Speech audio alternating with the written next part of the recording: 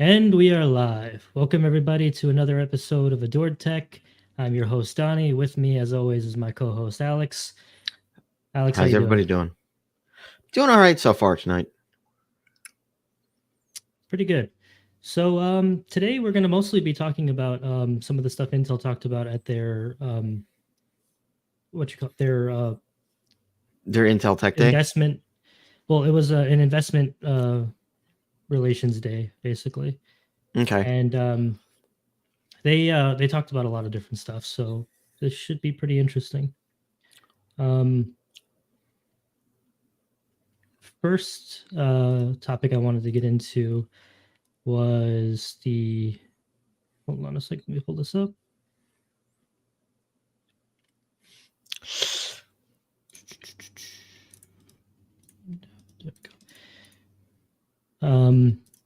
Was basically the news that Raptor Lake, which is the upcoming architecture that will be succeeding Alder Lake on the same socket, that is going to feature up to 24 cores and 32 threads. Currently, the maximum you're going to get on Alder Lake is 16 cores and 24 threads. The difference here is enabled by the fact that while apparently Raptor Lake will maintain 8 P cores, it will feature up to 16 E cores. So they're doubling the number of E cores on the die for, I guess, what would be called the 13900K or whatever that generation is going to be labeled. Do you think that this change will be enough to compete with something like Zen 4? So I mean, assuming that we have that 15% IPC increase in performance in Zen 4, maybe a couple of extra percent in, say, clock speed. Right.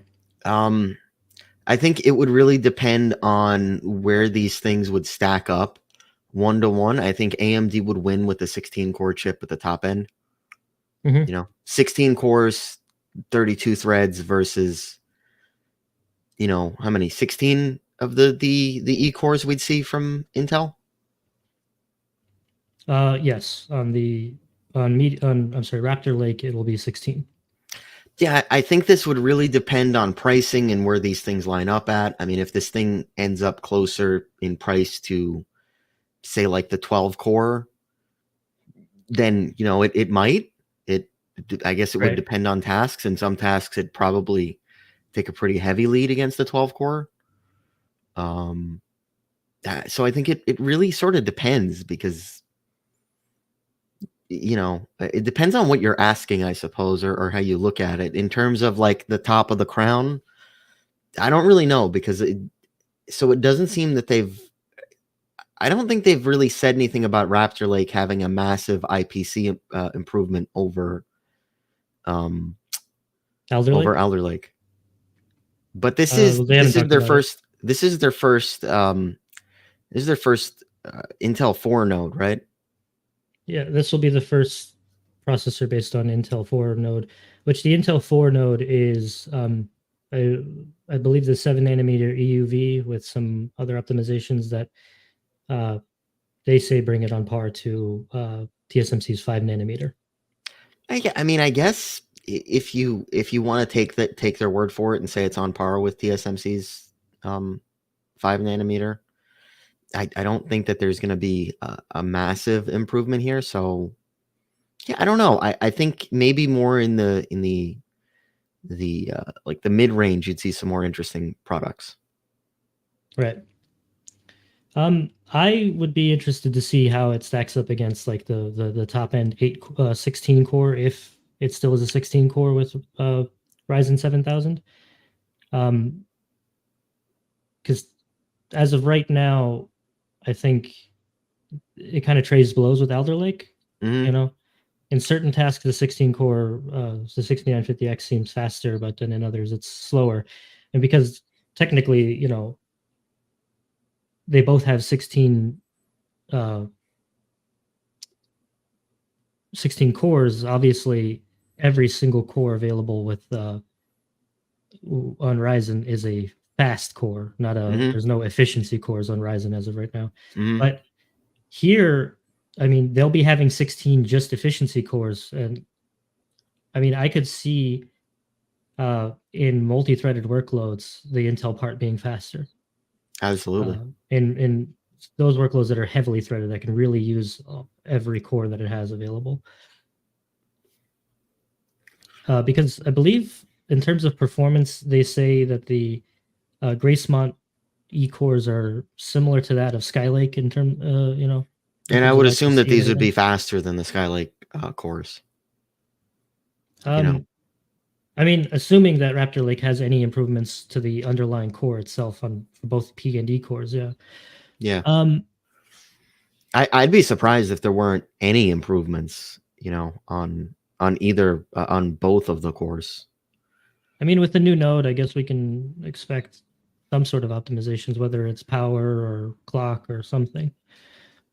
I mean, I'm assuming there's definitely density optimization, so that would be interesting. Absolutely. But yeah, I mean, this is sort of a little bit too early to have any real judgment on. Maybe this is where Jim could have some kind of a video with some more information sometime in the next few months that would give us some more to sort of speculate on. Mm-hmm. Because we kind of don't know at this point, you know. Yeah, Um, I mean, there's not much to go on as of right now. I just thought it was interesting that they were giving us core count numbers right now. mhm. Um, Which, if you guys do want to see some of Jim's commentary on Raptor Lake, he did have some stuff sometime, I think last year around the summertime. It should be one of the more recent videos that he did. Definitely going to be on the first 10, 15 videos I in our can lineup. I'll toss a link in the description after the stream, so if you're watching this as a VOD, you'll find that video. Yep. And I guess we can move on to another topic. Again, still Intel related, because like I said, we're going to mostly be focusing on their Investor Relations Day presentation. That was the real big Um, news.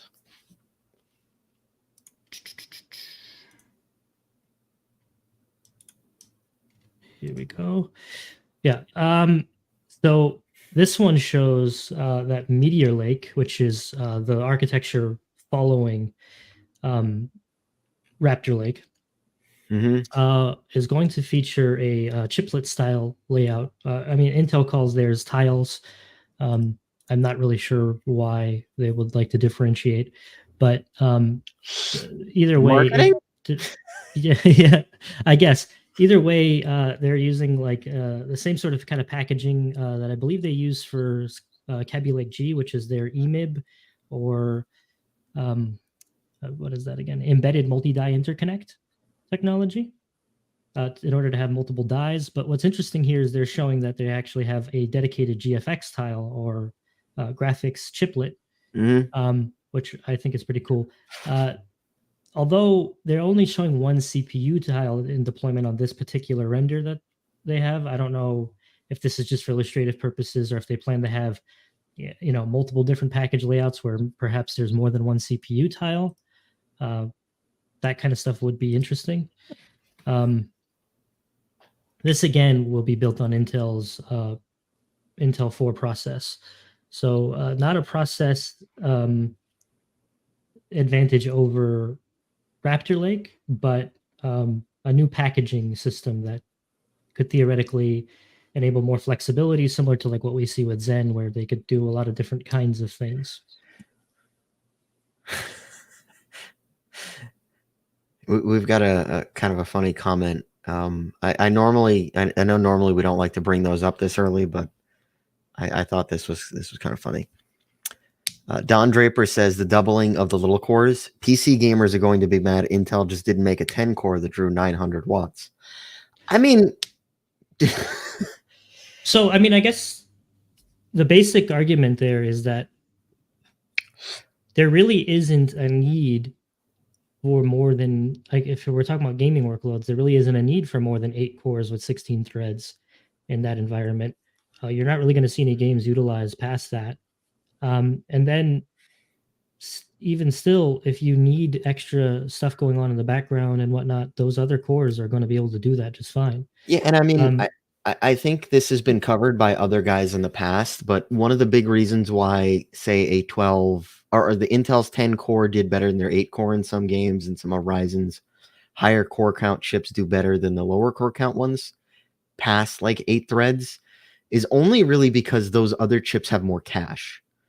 And cache really is king when it comes to CPU performance in gaming in a lot of different sort of workloads. So, I mean, really, any benefits that you would get from having a 10 core, you would just get from adding more cache to that CPU. I think the E cores are nice, and this is one of the critiques that I had on Intel's Alder Lake line, is that they didn't have enough efficiency cores on their lower end SKUs, and they just stopped after the i5K. Ian said the thing that I thought it kind of was, which is this is more of a reason to get people to buy more 2600 or 12600Ks. And also Defiant. Sorry, go ahead with that one. Streamhopper said, "Hi. If Intel's going all out 24 cores, how are they going to connect them? Are they going to see an active interposer?" So no. Again, the 24 core is utilizing the same sort of hybrid core technology that they are doing right now, where you have big cores and little cores. So they're still only doing a maximum of 8 big cores, but then the little cores, they're doubling the clusters on those. So let me see if I could pull up something to kind of give you guys an example here with Alder Lake. Yeah, I mean, as far as we know, this is still going to be using the ring bus. Yeah, they're not moving away from ring bus in the mainstream right now.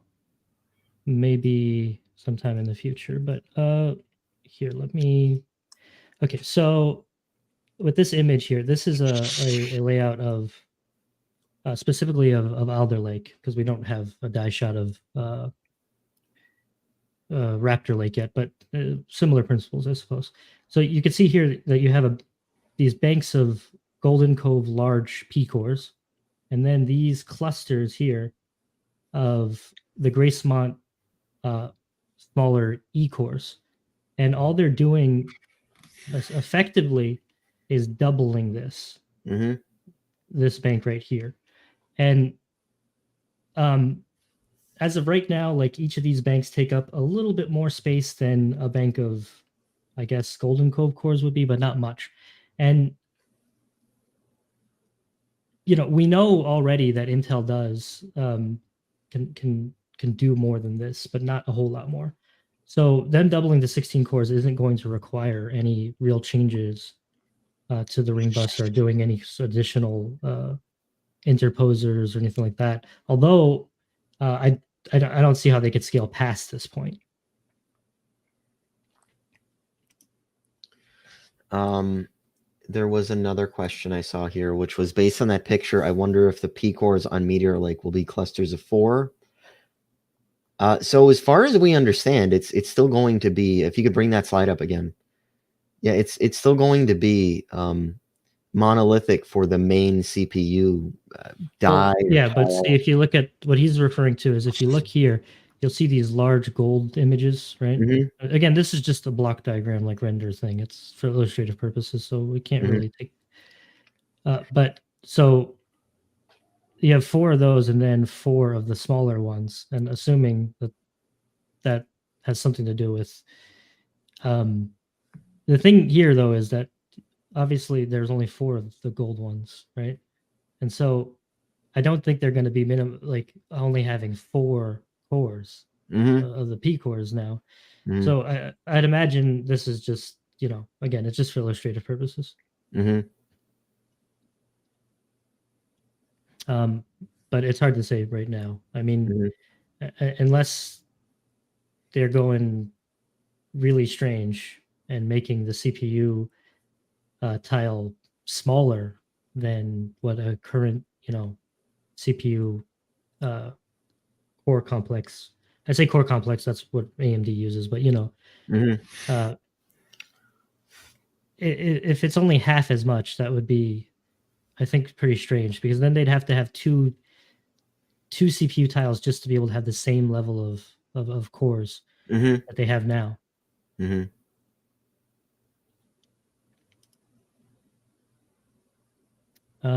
Let's see. Moving on. Actually, I did want to show this slide that was still on the same topic. This is the roadmap. So right now, Alder Lake and Raptor Lake was what we're dealing with now, 21 to 22. That's their hybrid core design. For moving on to 23 and 24, they have Meteor Lake and Arrow Lake, which are disaggregated. That's basically the same as saying that they're tile-based or chiplet-based designs, but obviously still with hybrid cores for the CPU too. And then 24 and beyond, they're not giving us as much information here, but they say ultra low power performance. And that is on their Intel 18A node, which is approximately 1.8 nanometers in terms of if you were translating angstrom to a nanometer. Fancy. Yes, fancy indeed. I did want to move on to some GPU stuff, though, now. So they also gave us the roadmap for the ARC series graphics cards. Mm-hmm. Let me try to make that a little bit bigger. Let me pull that up on my end. So if you look at the slide, basically 2022 is Arc Alchemist, which we already know about. They gave us some more details on when that's supposed to be coming out. I'll show that in a second. But basically, Arc Alchemist is targeting the performance tier, which is RTX 3070, RX 6700 XT class of performance. That we already know based on leaks. But Battle Mage, which is due for 2023 to 24, that brings performance in the level of enthusiast tier. That's your 6800 XT, your 3080, or equivalent in that generation. Which would be maybe the 4080 and so on. So then moving on to 2024 and beyond, the Arc Celestial, that's when they're going to be targeting ultra enthusiast tier. That's your 3090, your 6900 XT class performance. So I think it's interesting that Intel doesn't plan to target the very top end of the graphics market until 2024. Do you think this will be a problem for them in terms of their ability to get adoption on the desktop? I think right now, with the way the demand is, I think anything that's available will sell. Whether the supply chain issues get fixed by that time, I mean, I think some people are willing to try something new in town. I think Intel has a lot of brand recognition, and they could definitely get people who are sort of newer to it, or people who are really less educated, or not really the highest level of tech enthusiasts that would be interested in it. I think some people are very soured by what AMD and Nvidia did or did not do, or the AIBs actually ended up doing in whatever case about Right. the shortage. And I think they'd be willing to try Intel just out of sheer frustration. Mm-hmm. So I think, a bunch of people might be willing to consider this. I don't think early adoption would be a huge problem. I think the problem would be more or less getting people to, how can I put this, be willing to deal with any growing pains that might happen in the first few months. Right. Yeah, I mean, I kind of agree with that. If they have a good driver stack, and there's obviously product availability and prices and stuff are decent, and obviously performance in those classes are competitive, then they're going to sell well, and it doesn't really matter if they don't have a Halo product. I think for now, especially in a market where people just want to get their hands on graphics cards. Mm-hmm. I mean, frankly, everyone knows the most popular cards are not the 3090, 6900 XT class anyway. They're that mainstream / performance segment, the X60, X70 class cards. And so I look forward to seeing what Intel has to offer. I'm optimistic, but I guess I would say I am not super excited, just because a lot of people are looking at Intel getting in as, oh, it's more competition, prices are going to go down. I don't see that happening. Mm-hmm. I don't think that they're going to be moving in any sort of major volume. And I also don't think that they're going to try to undercut their competitors in terms of pricing by so much that they're just going to be like, Intel's not going to be the new AMD of graphics, essentially, is what I'm saying. So, I think they have the potential to have a good product on their hands, and I hope they do. But if there is a shakeup in terms of competition, it probably will be years to come, not this generation. I don't think this is going to be make a massive difference, and I wouldn't be surprised if Intel has a problem getting enough product on shelves.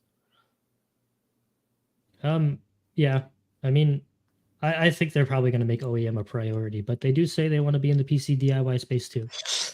So we got a question from Tech We Love about having YouTube sponsorship. Oh, okay, I'll get into this then first. So I don't think Jim is opposed to that. We've never really talked about it with him. We have a Patreon as it is, which I think serves about the same kind of function. So like, if you really want to support us, you could do it there. But we might consider adding, I don't know what that's called, YouTube memberships, right? Yeah, it's something like that. It's like It's a just, for me, subscription, something along those lines. I've used it before. yeah, it's just, what I would want to know is, if we add memberships, are we going to be able to provide those members something of unique value compared to that they aren't going to be able to get otherwise? Mhm. Whether that be exclusive content. I mean, right now, if you join the Patreon, you're going to come in our Discord and be able to hang out with us. That's a bonus. But for members, I don't really know what kind of features set they have in terms of like, I like the built-in features like badges, emojis. Okay, so they have like sort of like Twitch Prime or Twitch subscriber Yeah. stuff kind of style thing. Yeah, that's something we could probably look into. I will, next time I get to talk to Jim, I'll ask him about deploying something like that. Sounds interesting. But for now, I also wanted to talk about, they did give us dates for the rollout of Arc Alchemist. Notebook Mhm. is Q1, desktop Q2, workstation Q3. So they're not specific dates, but they are at least ranges for each segment. So that way we're not guessing so much. I think it's interesting. It's expected that they would go notebook first because that's, their bread and butter, and that's where they want to be the most. But desktop Q2, I think, is pretty good. That's like, that leads them up until like June to be able to hit that target. Mhm. I mean, I don't think the shortage is going to be over by that time, so I think pricing will probably not be what we're comfortable with, or very happy with in the next 3 months. I don't know about you. I'm not really bullish on being able to buy a 3070 for $600 very soon. I don't expect that to be the case anytime soon. Um, The 6600 is 450. The 6600 XT is around 500 ish, 550. I would be happy seeing a 6600 non XT for just under 400, and Right. the 6500 XT sitting at maybe 500, maybe a little bit less. If I got to see that in a month or two, I think that would be fantastic. Sorry, could you say that again? I think I either misheard you or. Okay, the 6600 XT, I'd like to see somewhere south of $500 or right at $500, and the Mhm. 6600 somewhere in the the 375, 399 range. Gotcha. I thought you said 6500 XT for a second there, and No, I'm like, no, no, no, no, no, no, no, no, no. no, no, no. If I did say 6500 XT, I did not mean that. I would not want prices to go up. No, definitely not. Yeah, I mean, in terms of GPU prices, I do think we might see south of 400, 6600 soon. I do wonder. I've been seeing the 3060 Ti come in stock at Newegg a little bit more often than not than before. And I mean, they sell out right away, and they're not priced like amazingly, but they do come in stock, which is before you would only see them in the shuffle. So, maybe that's good news. Maybe that means that supply is getting a little better, and if that's the case, prices can keep coming down. I hope to see like you can buy something like a 6600 or a 3060 for south of 400 pretty soon. But I don't expect 3070 class of performance for 600-ish until, I mean, I wouldn't be surprised if we don't see that until well into next year at this point. But it all depends. A lot of these markets can move really quickly. So a lot of things can happen in a relatively short amount of time that can change a lot of things. And I know that sounds very vague, but that's like the best I've got right now. So Crazy Mate Tessie said to look at Hardware Unbox latest GPU prices video. I haven't got to catch it yet. I usually catch every one of them. I haven't seen that yet, but I do follow 3dcenter.org's tracking and stuff. They mostly work on the German market, but I think it still is a representation of what you can expect things to do. And I think last they reported that Radeon cards were only 145% of MSRP, which is still high, but is much better. It's record low for post 2020. Yeah, I mean, if we can just get somewhere closer to MSRP, it's a little bit better. I feel like the cards are not moving at the rate that they were before because both, it's not really beneficial to miners, and the gamers who are really, really itchy, who just needed to buy something, have kind of found something at some point. You enter in the Newegg shuffle enough times, you go to Micro Center enough times, you just get lucky, or you buy one from some guy on eBay. Eventually, people get cards, and the demand kind of slows down. Yeah. I mean, if all else fails, there's always APUs, right, guys? Yep. Rembrandt laptops look pretty good too. I didn't queue up a segment for that because I didn't really see any reviews that I thought were easy to just summarize in a podcast, if I'm honest. But I mean, battery life looks great. Performance for the IGP looks great.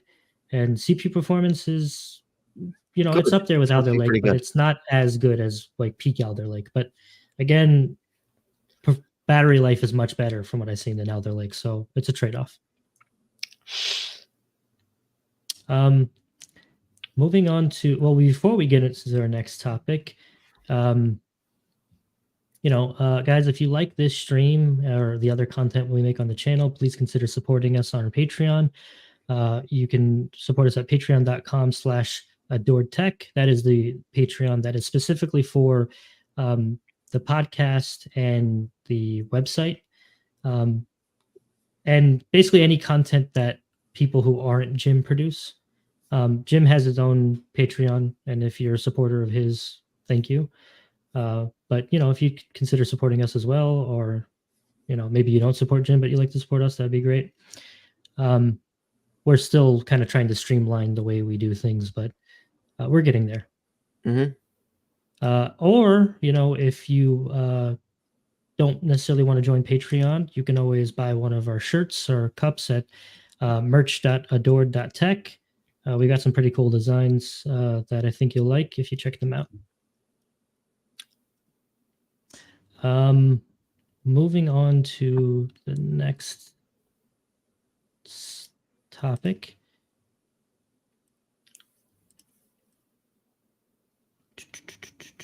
Did I do that properly? I think so. Seems like it. It seems like it, but things happen. Yeah, before you jump into this, Don Draper has an interesting point, which was 2020 gaming height in general was really high with the new GPUs and consoles. the console demand has kind of waned. It's still really hard to get a PS5. It's still kind of hard to get an Xbox Series X, but it's not as hard. The scalping market is not as strong as it was last year. And you can buy an Xbox Series S, and you've been able to buy one for like what, 8 months now, something like that. So the production on this and the demand on DDR5 probably, or yeah, GDDR6 shouldn't be as bad, which should probably help with GPU pricing. Yeah. I mean, as far as I could tell, AMD's got the refresh of the RX 6000 series coming out. That should just be like the top die SKUs, meaning like 6700 XT will be refreshed to 6750 XT, 6900 XT, 6950 XT. And those are specifically looking at adding 18 gigabits per second memory, as the leaks report. And I think that's mostly just because 18 gigabits per second memory is more abundant in terms of supply, because so few GPU SKUs use it. I think also I think that's also what they use in the PS5. No. Okay. Or no, the not 18 gigabits per second. The other memory, the Micron one, I think it is. I think I don't know if the PS5 either uses 14 or 16 gigabits per second, but not 18. Yeah. No. That's what I meant. It's that this is one of the memories that the consoles are definitely not using, which would make it a lot easier to get this in, larger amounts. Yeah. So moving on to our next topic, Windows 11 Pro will soon require a Microsoft account. Basically, similar to Windows 11 Home Edition, Windows 11 Pro Edition requires internet connectivity during the initial setup only, says an updated Windows Insider blog post. And Microsoft is currently testing the change in Windows 11 builds and will likely roll out to Windows 11 Pro in the coming months. So when you're setting up Windows, you will need to log into a Microsoft account, and you will need to connect to the internet during the setup. You won't need to have the internet at all times of use, but I think most people probably know that already. But still, this is very frustrating, in my opinion, because the whole reason why they were holding back doing this on Pro to begin with was that, if you have a small business or maybe a small office where you're deploying multiple systems and you're like just cloning drives just so they can be, the same configuration, you have to go into each system now and log in on the internet and make sure everything's set up. And that's a lot of extra work that, a small business's IT manager or whatever doesn't really want to be doing, and now will have to be doing. And this is all, I guess, in the name of just ensuring that they have all the telemetry data they want. And I suppose they could make an argument that they want to make sure you have the latest updates for security reasons. But again, if you're not connected to the internet, then the security issue isn't going to be a problem. They could just force the updates the next time you connect.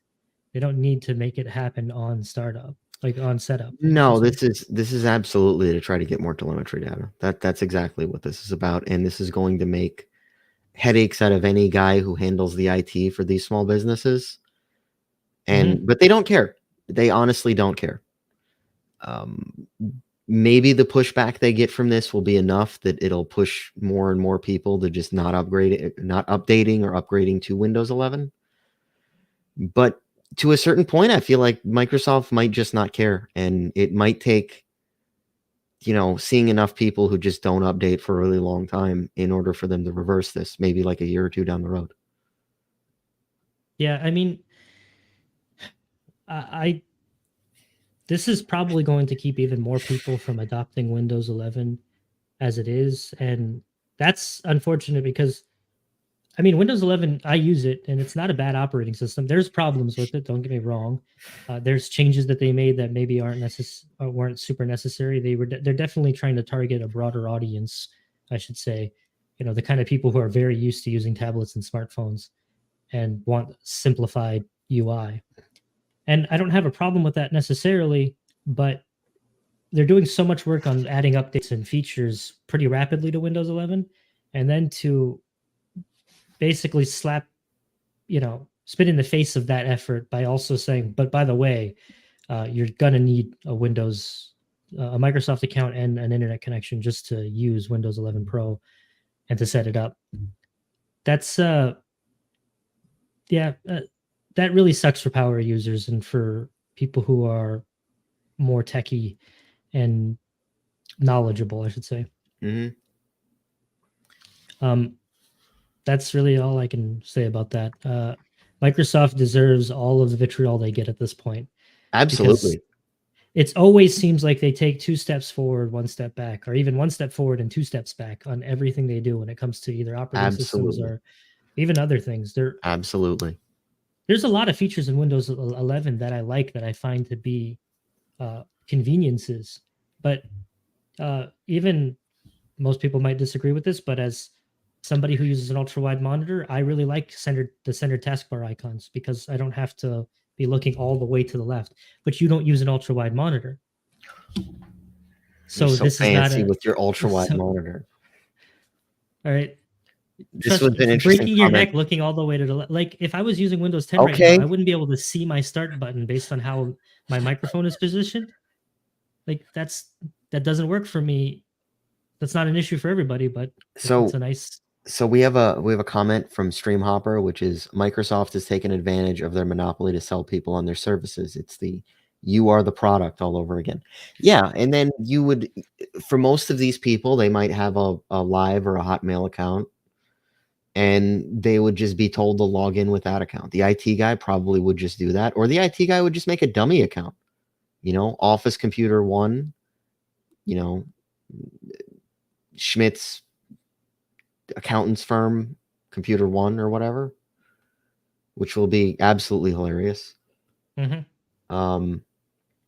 And then we have another comment from Baka Imoto-chan. I totally did not pronounce that right, but it's fine. Installing your OS should always be offline. I absolutely agree with that. In terms of like networking security and all that other stuff, in terms of being able to do this and drop 30 installs and a bunch of computers, being forced to be always online is a little annoying. And finally, we have a comment from Twitch from the guy who commented last week, whose name I'm just not going to try to attempt to pronounce. He said, sounds like Windows 8, and that was a great success, if I remember correctly. Yeah, I mean, there's a lot of stuff that they're willing to walk back on, but I wonder if they're going to be able to walk back on any of this, or they're just going to be stubborn and say, you have to do this because we want to know how much you click on things and what ads you like. I mean, by the time they came out Windows 8.1, I think it was a pretty good operating system. There was a lot of things I liked about 8.1 that they kind of backpedaled on with 10 that I was a little bit disappointed. I might be the only person who actually liked the start screen. It was nice. Very customizable. I don't like change. I'm an old man and I don't like change. Yeah. I don't like change. You're the reason why we can't have nice things. Absolutely. I am absolutely the person dragging everybody down, making sure that our OS just works and we don't have fun, cool new bars. I understand, I guess I understand I don't want to relearn everything, but at the same time, if every operating system that they come out with was exactly the same in terms of usability, why would they even make a new one? Like, why is Windows 10 so different from Windows 7? Why are you using Windows 10? Because they make you. Okay, that's why. Because they're like, why can't you do this? Okay, I don't know. I like the tiles in Windows 10, and they're just like, nope, we removed that because a lot of people didn't use it. Screw you. Yeah, they did remove live tiles because nobody used them, but that's because they also made them useless by not having the start screen anymore. Like, it's just on the start menu, they were just cluttered. How many tiles could I fit on there that were actually usable in any real way? The things that I use. On a start screen, they served as basically as widgets, and that was nice. Widgets. being all fancy again. And now they have widgets in Windows 10 and in Windows 11, and they're basically useless.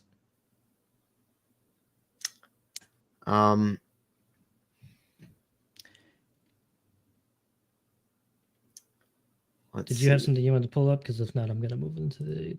No, I think we can move on. There's a lot of people sort of arguing about whether they like Windows 11 or not.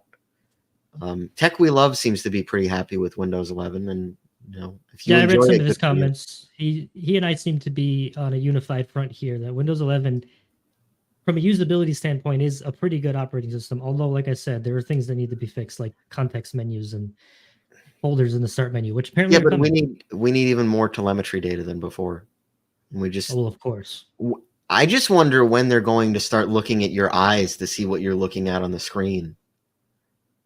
And when they send you negative feedback when you're grimacing at the computer. I mean, does your webcam support Windows Hello? That's not just for fast login. No, I keep a cover on that thing. Yeah, it's more like see, they say Windows Hello, but it's more like Windows, what are you up to? Huh?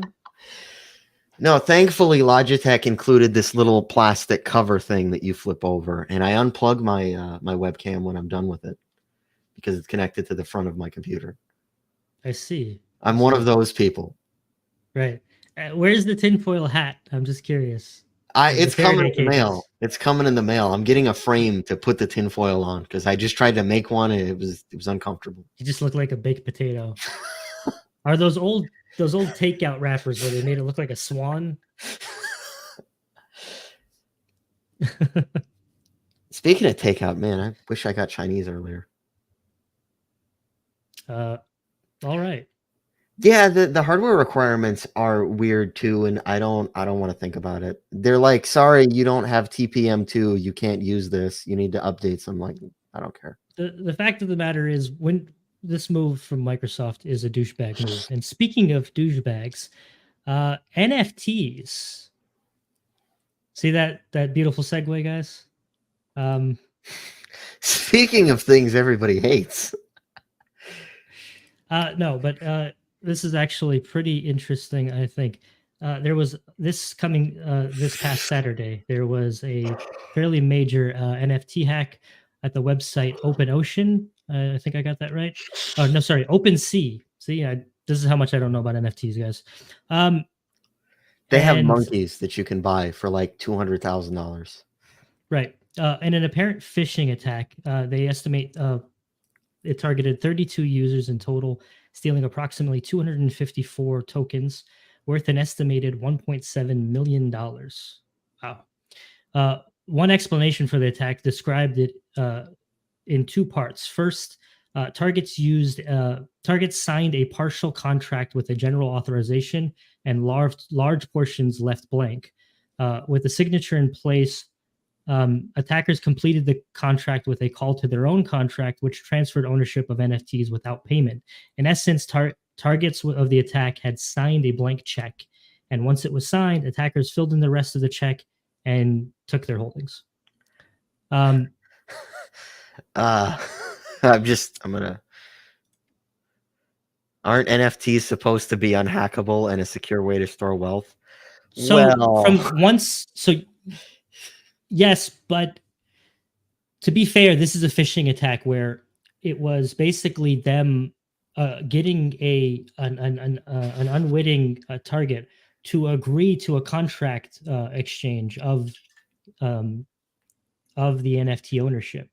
So, I mean, anything is hackable in that sort of way if you're transferring ownership willingly without knowing, because you think you're doing something completely legit, but you didn't read the actual from string in the email.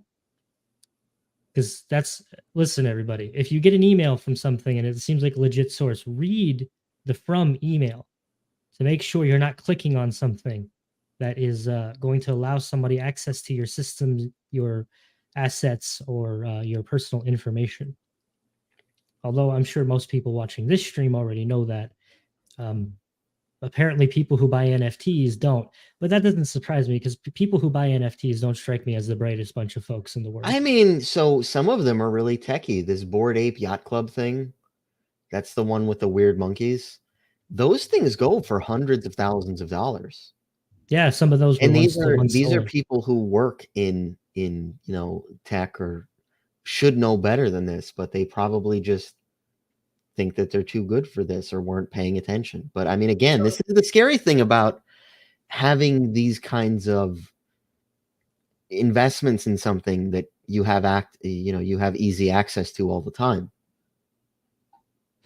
Yeah, I mean, So I guess my question is will this make NFT traders more hesitant to actually buy NFTs, knowing that something like this can happen, or do you think it won't really affect the NFT market speculation? I think the people who are really hardcore believers in this are not going to shift.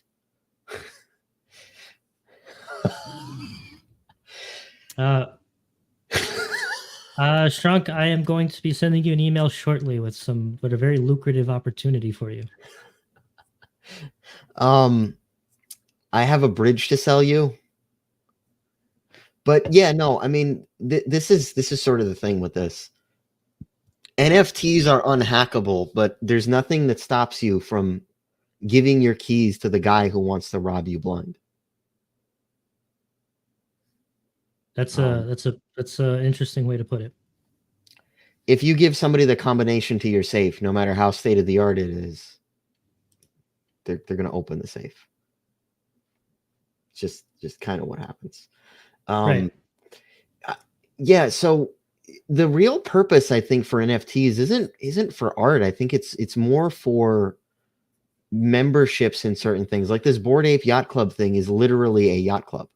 They have like members events and they hang out and they go to different places and so on. And I think that would be more of what would be relevant. I think if NFTs were used in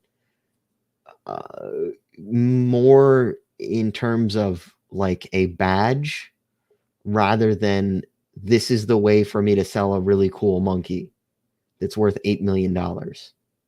I think people wouldn't have this sort of disdain for them. Yeah, there's a couple of different ways to look at NFTs. Like you can see it as you're buying the image, which is not technically what's happening. Or you can see as the image is just a representation of the actual token, which is what you're buying. And the token might grant you certain privileges, but it might also be nothing.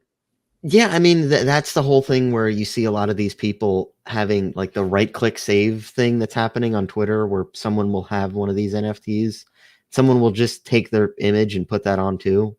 Like, but I have the token, and there's like this whole thing that goes back and forth with them being very angry. That's how crypto started. People want ways to launder money. I think laundering money through crypto is probably the worst idea because it's a public ledger. Like, and if you guys didn't see blockchain. the comment I brought up earlier, it was again from Twitch. Bridges are so last century. I have a digital image of a bridge to sell you instead.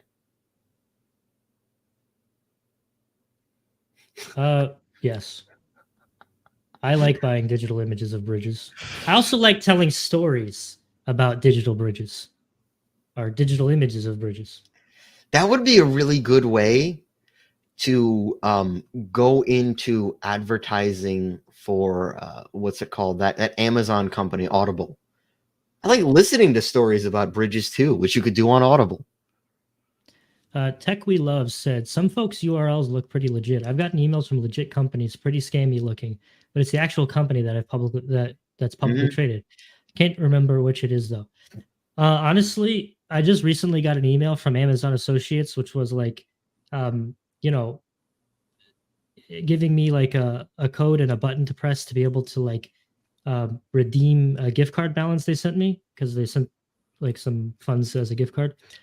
And I looked at the email and it like if you read the actual from email, it looked fake.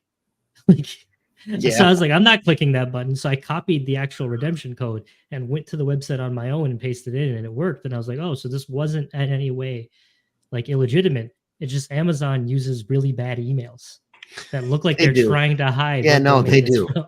They do. Like,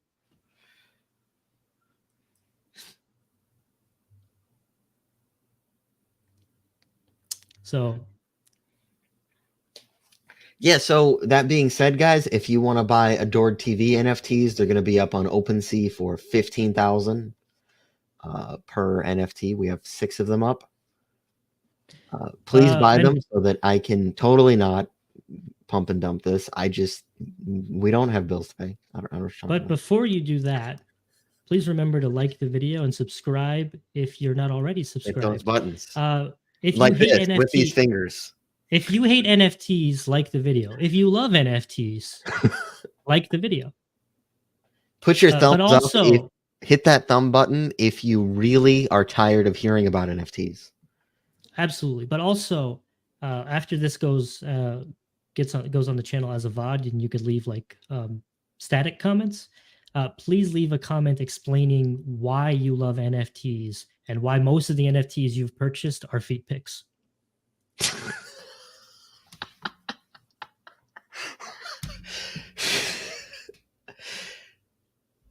So I got a question. Oh, is that just me? I'm the only one who buys NFT feet pics? So I got a question. If a girl sends you an NFT, so if a girl sells her feet pics as an NFT, is she not allowed to ever take pictures of her feet again?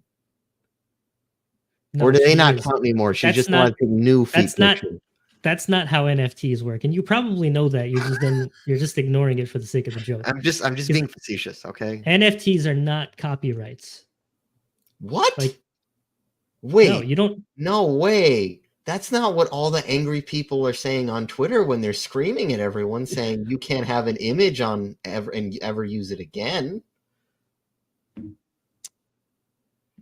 Wargaming Refugee, you definitely are not the product because we're asking you to buy something from us. Or pay us for something. So you're not really the product. We're not selling you to anyone. I mean, except for whenever we try to get advertising partners, we tend to send them like what our viewership numbers are and demographics. True. And in that way, you're kind of the product. We don't know anything about you, but we do know, like, we have a general idea of how old you are, because of what our analytics tells us. What country you live in. And we know you're interested in technology. Yeah. I mean, that's about it, though. So, like Wargaming Refugee, you're likely a U.S. citizen, a male, and you're between the ages of 18 and 35. And if that's wrong, then don't say you're anything. An anomaly. Yeah.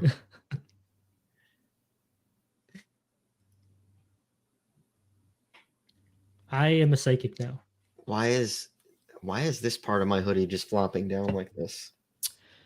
And with that, we are moving on to Q&A. So hit us with your questions, chat. We're ready for them. We're probably not. I get drunk before every episode. We listen to T-Pain a lot before the start of our streams. Wait, that's just me. You guys might. Is that why I heard I'm in love with a stripper before this? I was wondering. No. Tonight was just Kanye West, Mercy, and just doing the part with 2 Chainz over and over again.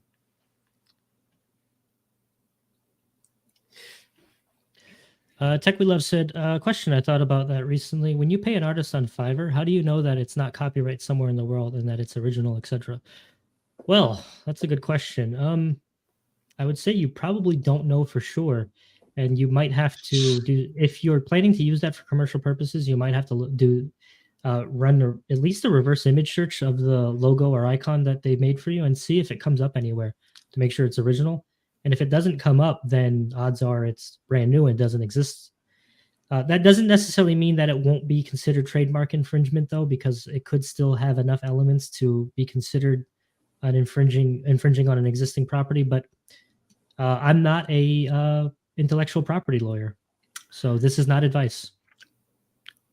Do not ever accept legal advice from AdoredTV.com. We are not lawyers. And also, in terms of the NFT stuff, we are also not financial advisors. But we will tell you that you should probably not buy NFTs. Or Buy you them. could if you really want to. I don't It's know. up to you.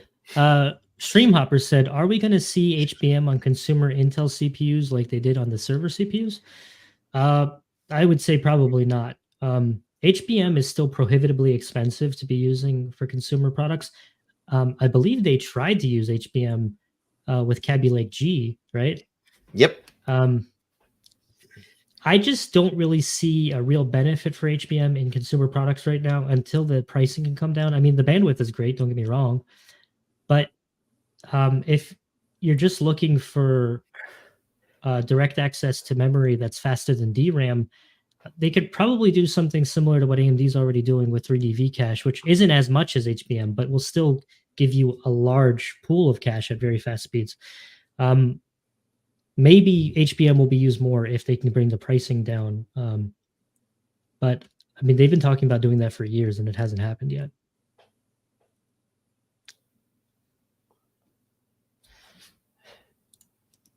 Isn't most of Fiverr NFT then?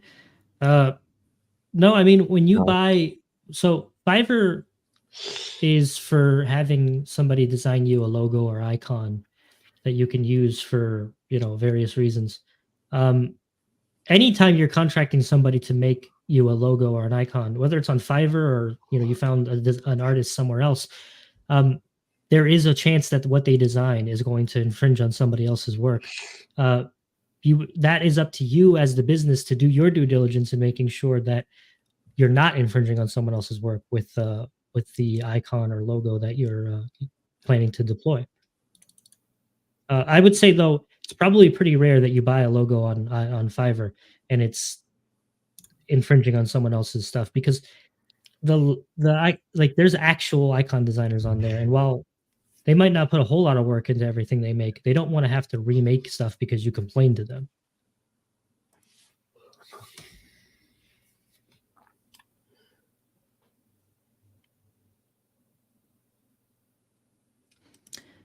Don Draper said HBM on consumer products probably only makes sense on high-end CPUs or APUs, so it will definitely come to CPUs before APUs. But the thing is what's the point of having HBM on a high-end CPU? What is it going to do for you? I mean, the biggest benefit I could see to having HBM on a package like that is so you can have direct access to a large pool of very fast memory used for graphics workloads, right? For something like an IGP that's being bottlenecked by system RAM. And in that case, what's the cost benefit of that? Because the whole point of an IGP is to be like in a relatively inexpensive solution. But if the CPU you are buying costs $600 to have an integrated graphics that's maybe as good as an entry level discrete card, I don't know. Maybe in the future, as we start seeing IGPs that can theoretically get to the performance level of a mainstream discrete graphics card, then it would make sense to have something like HBM on the package. I think one of the issues too is that HBM is not a high volume product, so the margins on that tend to be pretty good for. I think it's Samsung that makes it.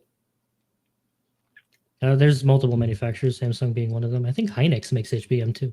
Mm-hmm. But just because it's not really made in large large quantities, the cost is going to be kind of high for it. I feel like maybe if there was a heavier use for it, it might be an option, but you need to have a lot of production for that. Mm-hmm.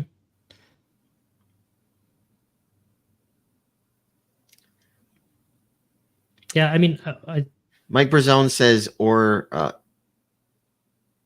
structured databases. Yeah, I mean, we see a lot of Power plus HBM.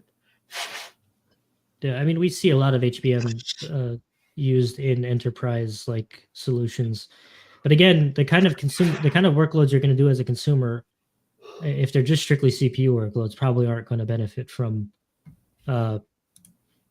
the addition of HBM.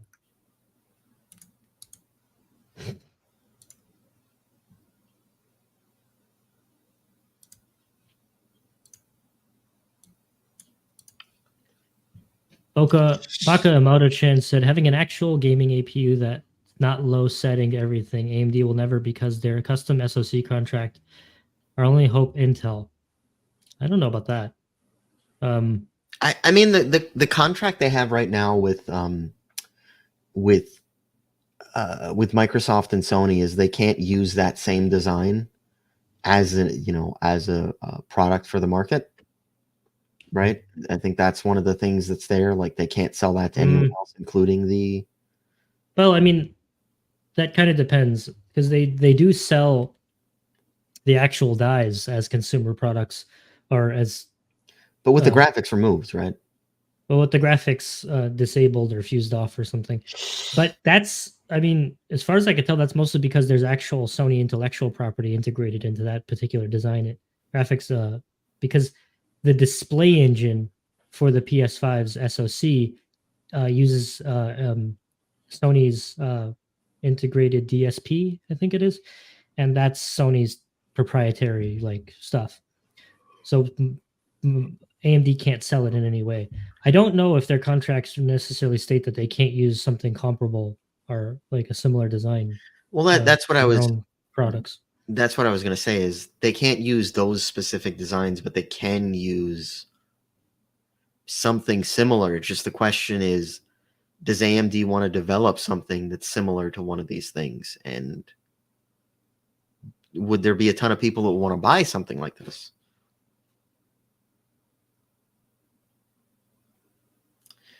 Streamhopper asks, are we going to see SoCs that are a system on a package like an Xbox or PS5? I would love to just have a NUC for all of my computing. Maybe at some point in the future. I don't see that happening anytime soon. Yeah, I don't like the PS5 and the Xbox use GDDR6, and they just put that on the board and then have an SoC that is just, an APU essentially, but it has direct access to fast graphics memory that it uses as a large pool of for VRAM and system RAM, right? And that the nature of a console allows for that pool of memory, and it frankly enables it, which is great. But that's not really how computers work, and I don't see them really mass producing any kind of products that have like where it's a motherboard with an APU and GDDR6. I mean, obviously there's that one-off product we talked about, the Ryzen 7 4700S, but that's not really a volume product. I think it's like something for OEMs only or something. And it doesn't have graphics.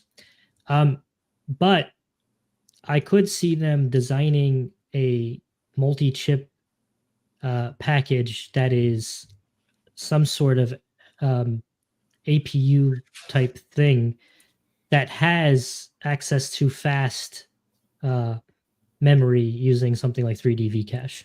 So that way it essentially works like Infinity Fabric does for RDNA 2, where you can go to system memory less often, but you are still using system memory for at the end of the day. But DDR5 could enable much faster much faster integrated graphics. So I think the combination of 3D V-cache and DDR5 in a potential future APU, we could see something that's at least as powerful as, like, I don't know, a 6500 XT or maybe faster.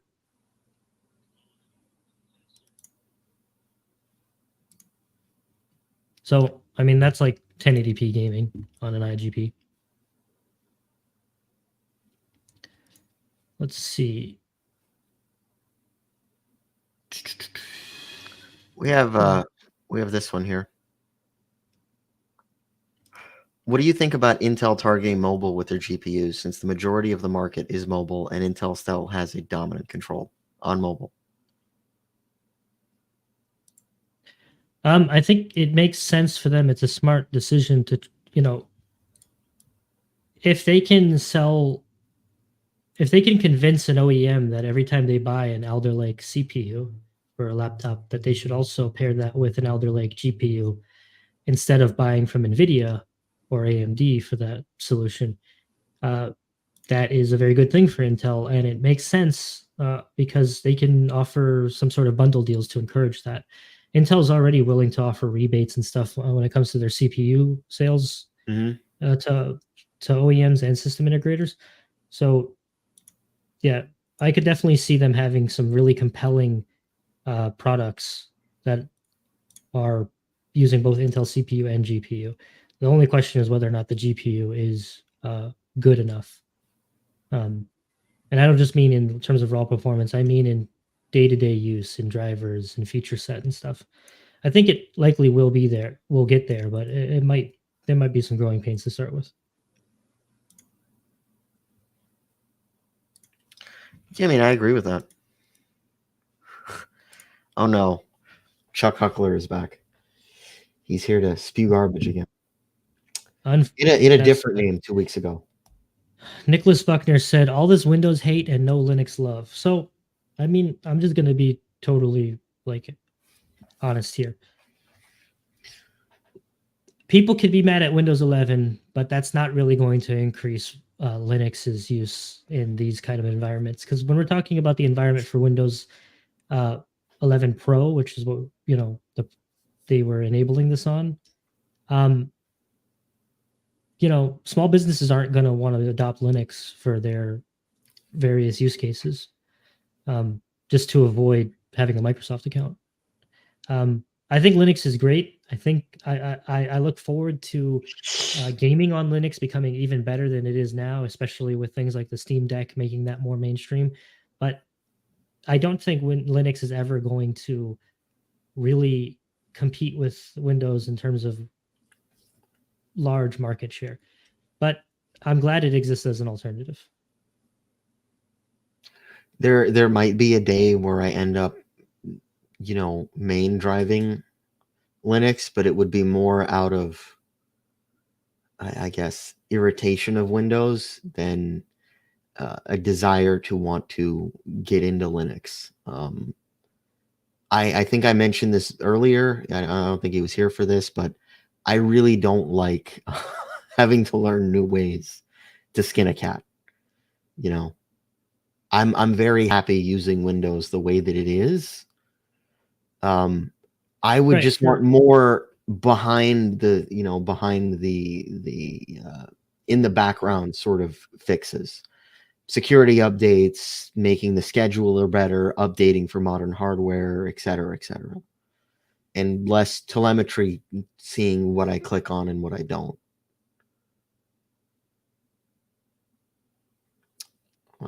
Chuck Huckler asked, with the way things are going, do you think that phone docks could be a thing in the future? Just plug your phone into the dock and drive it like a desktop. I mean, theoretically, yes, because with all the work Microsoft and Qualcomm are doing with Windows on ARM, there's no reason why your Qualcomm Snapdragon Gen 1 based phone couldn't just run Windows as well.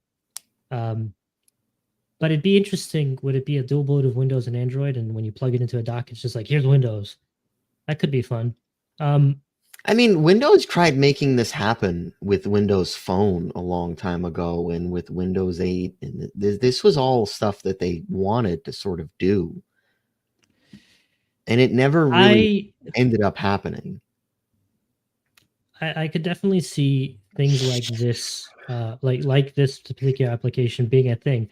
Asus has already tried it with things like there was like the Zenfone Duo or whatever it was called. I don't remember. The fact of the matter, it was like a laptop shell, and you slid your phone into it, and your phone was the brain of the whole operation. And I think we probably will see more stuff like that. Maybe a little bit more clever than just being a laptop shell, but I think I don't see why not. I think depending on how shortages are and whatnot, I think a lot of people, at least in first world countries, will just have multiple devices. Instead of carrying something that's like a shell that you put in, or you have these different shells that you keep with your phone. Chuck Huckler said, to me, the only benefit of a tablet over a phone is battery life, and the only benefit of a laptop over a phone/tablet is power. I mean, yeah, I guess. I think there's other Well, there's also the whole having a keyboard thing that makes a lot of people comfortable. right, but theoretically, you could have your little thing that gives you a keyboard and a bigger screen for your phone, or whether that's a case or a laptop sort of shell or something like that. All of those things sound like viable solutions for people. I just don't know if it will be the norm anytime soon. But I'm sure products like that will come to the market, and maybe some of them will be good enough that they actually, get some serious adoption.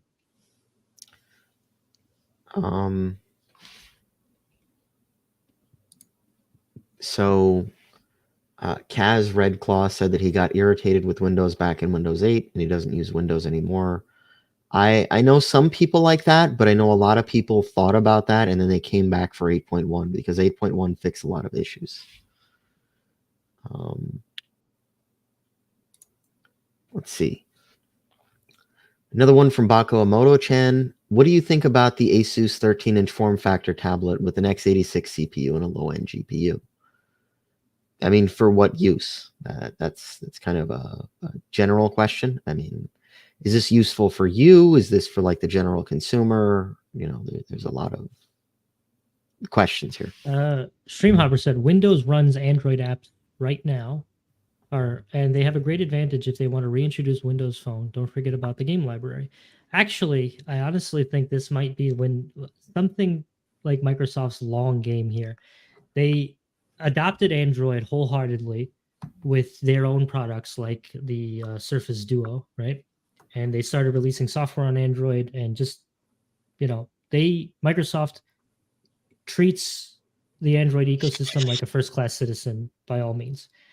Then on top of that, they bring in They have Windows on ARM and the Windows for Android subsystem that they just launched with the Amazon App Store preview, which enables you to install and run Windows apps. I mean, Android apps on Windows. With all of that together, it's not a far cry from them being able to, at some point, come out with some sort of product that says, yes, this is our Android, but it's not Android. It's running Windows kernel. It's a Windows operating system. It's on an ARM processor, but it can run Android apps using an app store like the Amazon App Store, which is already, I mean, not as popular as Google Play, but probably more popular than some random one would be. So yeah, I do think this might be something Microsoft is looking to do in the future. I wouldn't be surprised if we see a rehash of when they originally announced the the Surface Duo. There was also a product called, I think, the Surface Neo, which was a larger version that ran Windows 10X. Windows 10X got thrown in the trash and then reborn as Windows 11, and they canceled the Surface Neo. But I think they could probably do that over again, and this might have been their putting all the pieces together for that.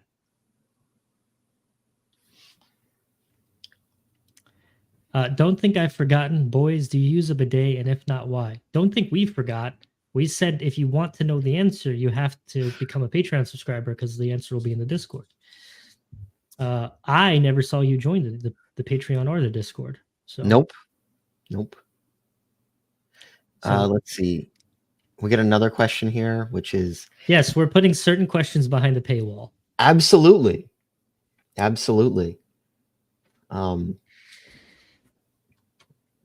HP's last SD820 Windows mobile phone had a dock. Now we have Samsung DeX, Asus ROG phone setup, heck, even LG's V40, V50, and V60 had a desktop mode using USB-C to HDMI out and a Bluetooth keyboard mouse. Yeah, the option is there for a lot of people, and there are products that do this right now on the market. I just think that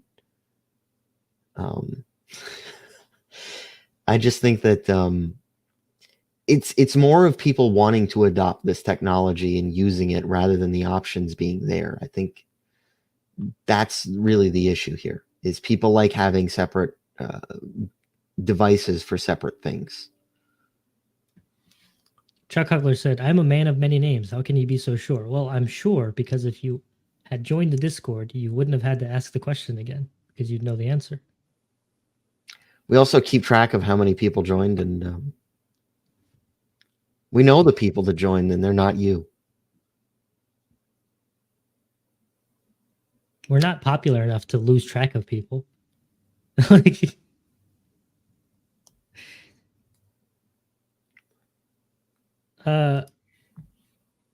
Sinai, I think that's accurate, said today's ARM-powered phones are pretty stronger than 10-year-old laptop CPU. It is easy to implement Windows. Mm-hmm. Yes. Yeah. Grabbed the wrong comment. I I wasn't wasn't gonna gonna go there, but hey, I mean, it's just the reality we live in. It's what it is. Look, man, I'm trying to be honest with you guys, so you guys can be honest with me, and hopefully I can get a nicer apartment where I don't have to have chairs like this. Maybe you guys could make that happen. I don't know.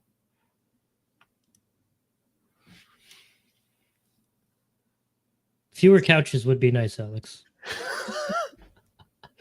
You're gonna see when I move out of here, I'm gonna have no couches. Do you rent your living room out as like some sort of halfway home for like distressed boys? Is that why there's so many couches so that everyone has a place to sleep? No. Also, are you on any sort of list that I should be aware of? No, and I like how you only assumed that they were young boys. Why couldn't they be young men and young women? Why couldn't they be of age? Why couldn't I just help people who got out of prison? Why does it have to be that? Brian Allen said, yeah, Qualcomm's 8-core Snapdragon 845 from 2018 is equal to a 7700K. I don't What are think you so. smoking? What are you? In what? It's no, not even equal in the amount of numbers in its name, because there's only 3. So I don't know, man. I'm not sure what you're talking about.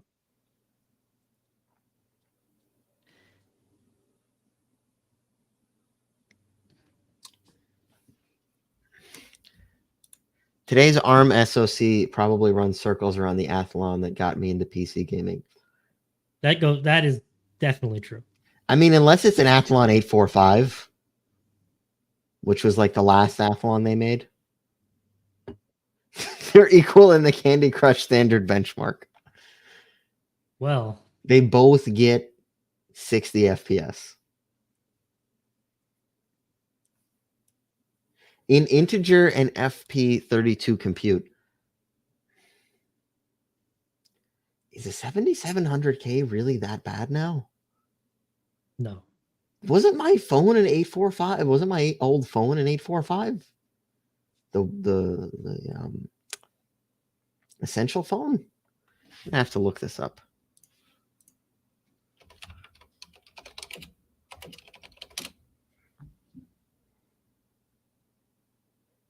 Maybe there's some sort of an 835 and an 835.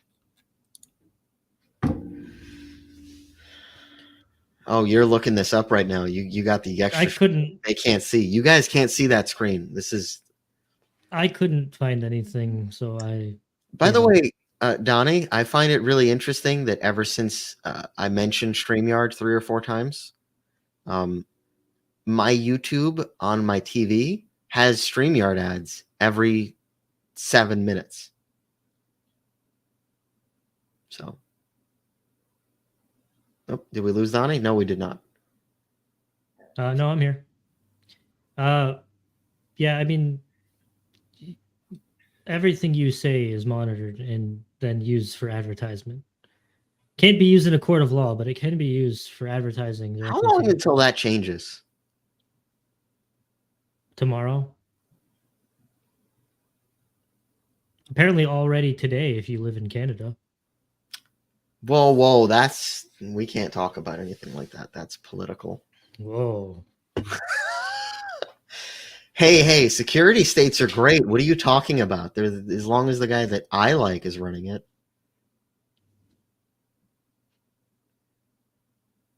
That might get us kicked off of YouTube right there. What are your lad's opinion on monitor ratios, FPS, physical dimensions, and resolution? Am I crazy? Or is 1440p 144 hertz better than 4K 60 on a 32-inch screen?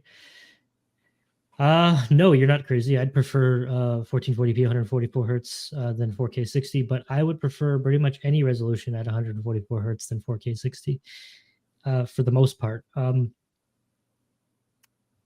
That being said, 32 inches is probably the max I would go for 1440p.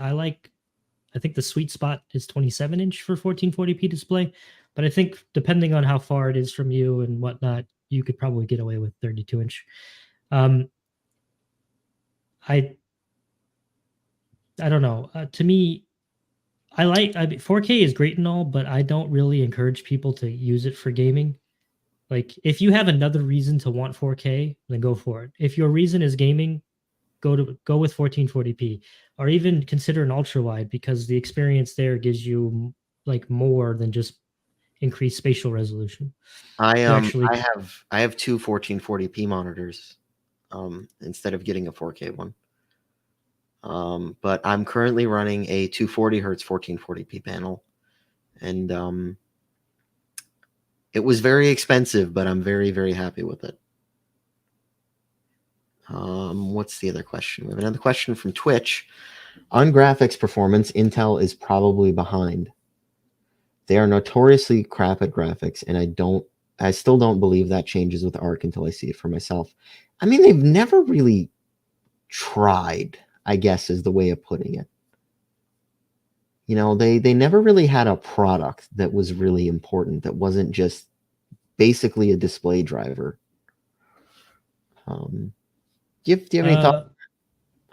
Hold on. Mike Brazone said, "How do I turn off the MS black box that takes up half my screen and loads weather and in-region and brand block ads and the see more bottom when I don't want to see this at all on Windows 10?" Ooh, are you talking about the weather thing in the taskbar that when you click on it, it shows you like random bullshit? I think you could turn that off by right-clicking on the taskbar, and there's like I don't remember what the option in Windows 10 is called because I don't use Windows 10 right now, but it's fairly apparent when you right-click on the taskbar. You'll see it as an option, and you can either turn it off completely or just leave only the weather icon or just the name, like the Celsius or Fahrenheit information. KM Computer Tech Supplies is in here saying, "What's up, boys? What's up, KM?" Dreamhopper said, "Why can't phone makers put dead silicon on their phones that only activates when you dock it? Because on a phone, space is premium, and dead silicon is wasted silicon." It's a feature that you would assume that, I don't know, 60% of your user base would not use. It's not really smart to put that in there. I mean, if you look at the like a teardown of your average smartphone, they're pretty densely packed in terms of components. There's just not room for having silicon that isn't being used all the time. Yeah, Chuck asked a question earlier about sticking an NVMe slot on a phone, and you would be taking up half the phone, which is just not. If anything, I mean, as long as the Type C interface is fast enough, you would sooner have something where the NVMe slot is on the dock, so that way you have additional expanded storage there where you need it, and then you just have the base storage, which I mean could be like 512 gigs in the phone. Tech We Love says that they play on 4K, 98 FPS, and HDR. They don't need more than that because they have 10-bit true color, 8 true plus 2 articulated. Yeah, I mean, for different people, they have different demands, and that's the great thing about PC gaming is you can get whatever you want for what you want to use. I could have bought a 360 hertz 1080p monitor, but I really like 1440p as a monitor resolution.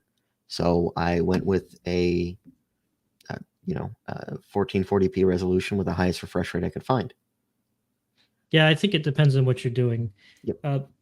That being said, I'm probably somewhere in between the like hardcore gamers and the people who do productivity work. So, I got the thing in between. I got the high refresh rate 1440p panel.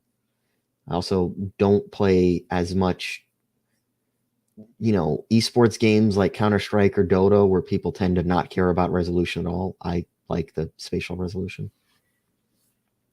Yeah, I mean, I could. I kind of lost my train of thought there. Sorry, guys. I could totally see, wanting to have a 4K monitor, but even for gaming. But if it can't do at least like 120 hertz, you should get something else. A gaming monitor really should be able to do above 60 hertz. And that's not me saying if you're not playing on an expensive 120 hertz display, you're not gamer. No, I mean if you have a cheap monitor that only does 60 hertz, that's fine. You're still playing games. But if you're buying an expensive premium monitor with the intention to game on it, it should be above 60 hertz. Again, we get the comment from the guy from Twitch. I'm going to call him Farer. They promised the next Intel HD some crap would beat the AMD APUs by some invented percentage multiple times. They've been doing that forever. They've been doing that since AMD Trinity laptops when they first did the APU stuff, where they would compare, their $350 CPU or top end i7 laptop with their budget AMD's top of the line, but still, again, budget APU, and say, well, we're faster. And it's like, well, we don't care because this is a much cheaper product. Yeah. AMD has been beating them for a while because AMD makes full-on large-scale graphics cards, and Intel just made basically display modules that could output video. Well, I mean, to be fair though, they caught up a lot and have traded blows a lot more often since they've started with like XE graphics. Absolutely, I just Iris think Pro and a couple of times with some of the branding. So Intel's been getting better in the iGPU space in terms of performance. The problem is mostly that they haven't been getting better in terms of their drivers and their actual adoption of gaming centric features. Well, I mean, the big problem is how many people are going to be gaming seriously, and how many of their consumers are gamers that really care, that it would even know to be angry at Intel for this. Chuck Huckler said, "I don't need 6 cameras on my phone. One good camera and maybe an IR camera would be cool. That's about it." Yeah, I get a little bit frustrated with every new smartphone that comes out. The biggest things, the highlighted features are, look how much better our cameras are. I have 3. And I have a budget phone. I have a mid-tier phone. And the truth is I don't use the camera on my phone all that much. If I really want to take pictures, I have a DSLR. If I just need to snap a quick photo while I'm out in public, basically anything would work as long as it doesn't suck. So I don't need a state-of-the-art camera every year on my smartphone.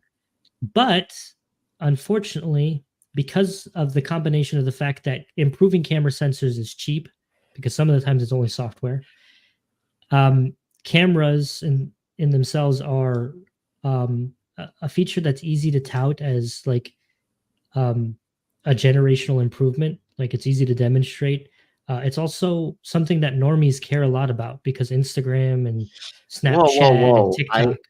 I read an article saying that if you say it normie, then you're some kind of extremist, and that I am. You should be put on a watch list. I've already been on all the lists. It's fine. I mean, we've probably been on lists since we were teenagers. I've definitely been on Craigslist. That's a throwback. I think it's really funny that the website started because it was a guy named Craig and he wanted to have listings. Just some guy from San Francisco in the mid-90s. That didn't last long. Now Craigslist would have to find a way to monetize and create, like, I don't know. You know what? I don't even want to get into it. There'll be a Craigslist. How do we get analytics data? How do we get analytics data on what you like to? How many times you go to the bathroom? Chuck Huckler said, "Do you think it would be a good idea to create dedicated ray tracing cards, independent from the GPU, kind of like PhysX cards back in the day?" So, a good idea, perhaps because it makes it easier for people to adopt ray tracing hardware. They can use it on their existing graphics card. But the truth is, I think it's probably unlikely because I'd imagine it has something to do with like the latency between the accelerator card speaking with your actual graphics card, because they're not doing things independently of one another. They're working together. And one is doing actual shading and rasterization work while the other one is doing ray tracing for like lighting and shadows.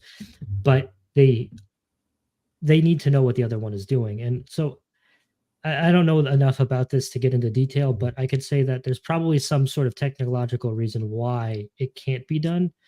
But I don't know. I think that as it stands, we're just going to see more ray accelerators being integrated into GPUs as time moves on. I mean, NVIDIA is definitely doing that. Hopefully, we see some big improvements from the AMD side of things with RDNA 3. What is your budget phone name? Curious to know.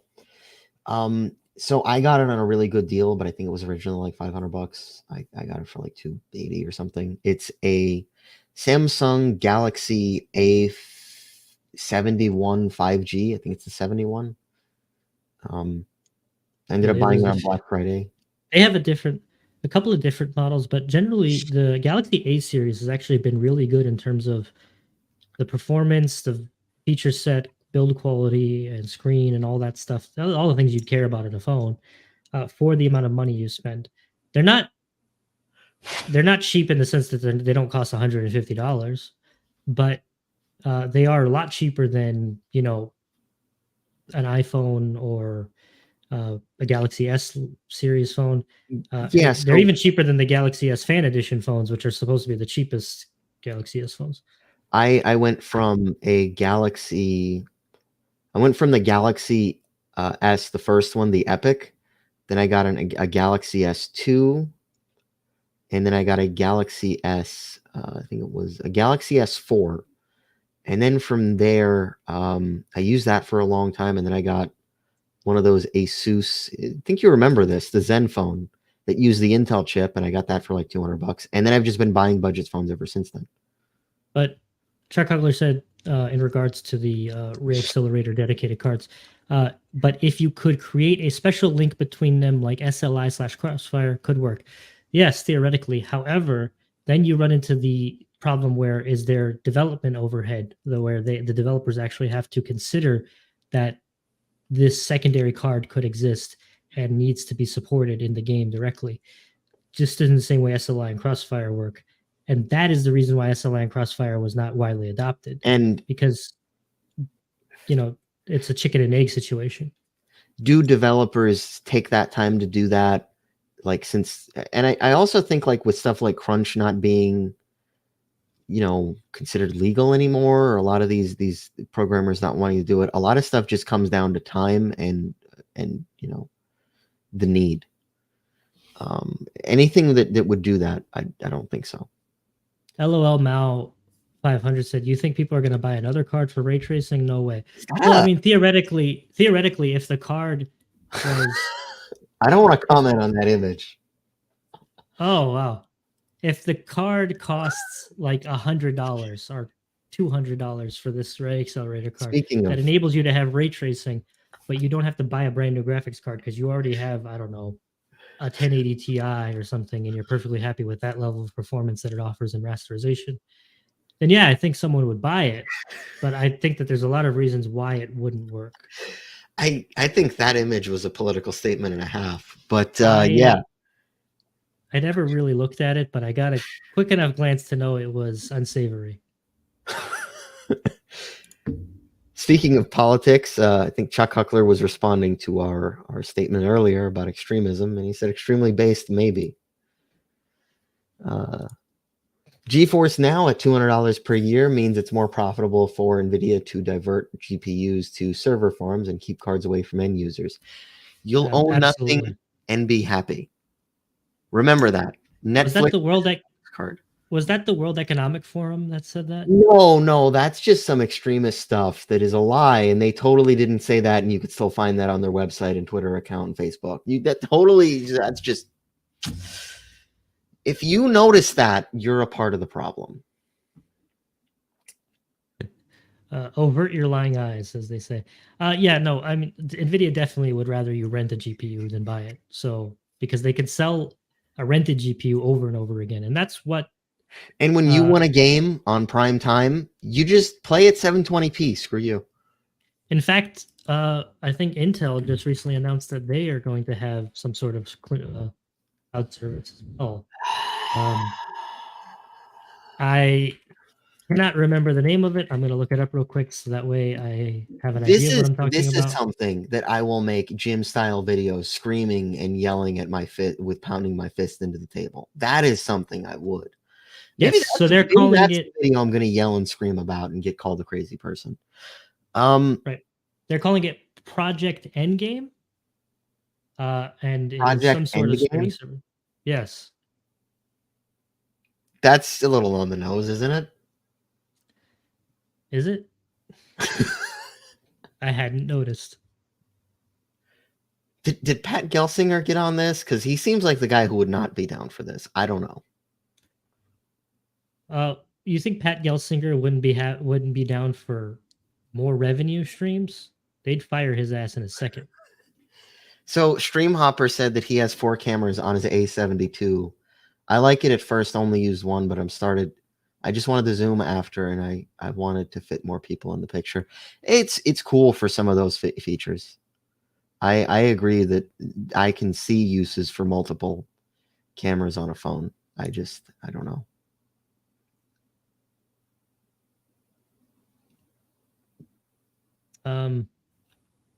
I'm a little bit later in some of these.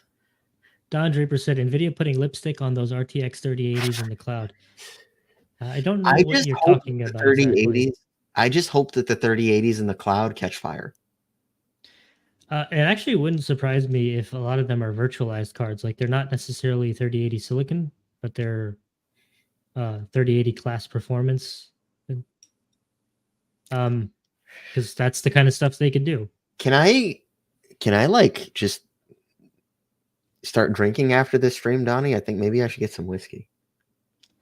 Are you asking my permission? I'm confused. Do you think that would, I mean, I guess the stream would be over, so it doesn't really matter because the audience wouldn't see any of it. Right. If you want my permission to drink on stream, you have it. Nice. You know what? I'm going to do that in the mug when it comes in.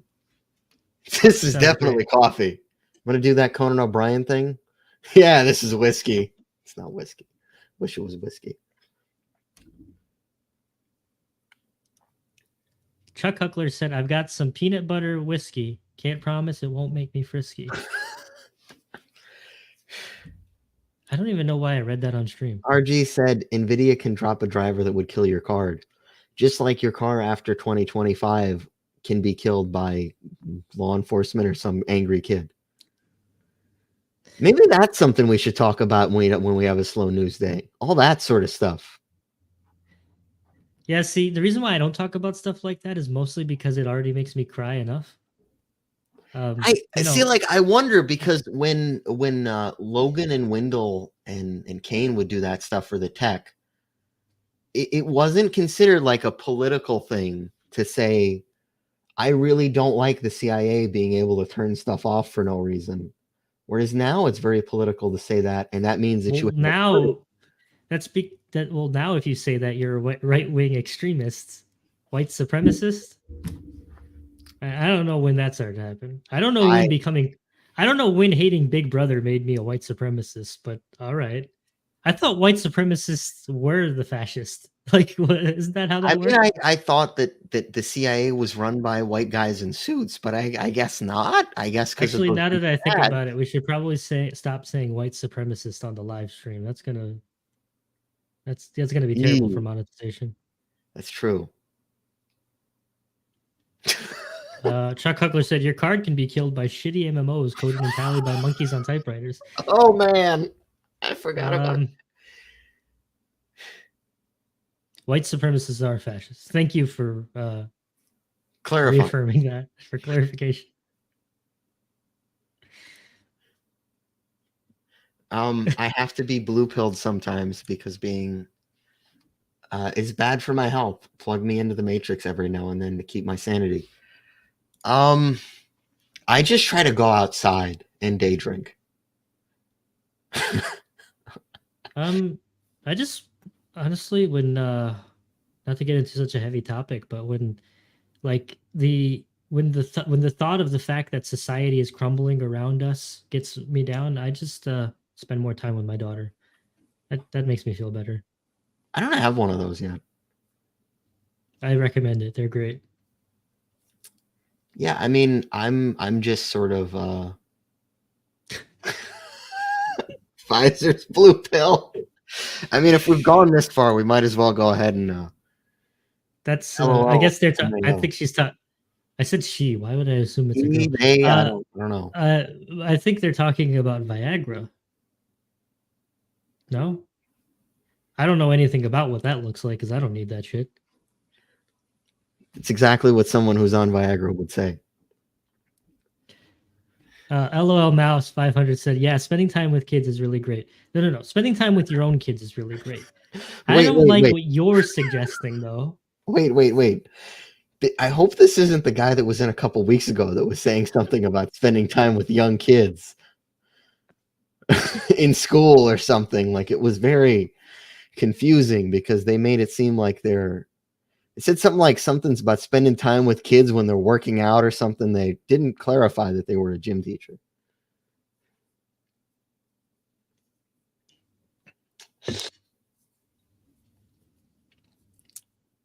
Chuck Huckler said, "How are alkali batteries not illegal yet? A rechargeable is twice the cost, but you only have to buy it once. It's insane how much waste it creates. People buy them just because they're cheaper." Yes, the waste is a problem. Although I guess you could make the argument that uh, technically, like alkali batteries last longer I mean, in terms of like before they're fully drained than a rechargeable battery does before you have to recharge it again. And then there's energy consumption in the recharge process, but I don't think that equates to the kind of waste you have from all those batteries just ending up in landfills.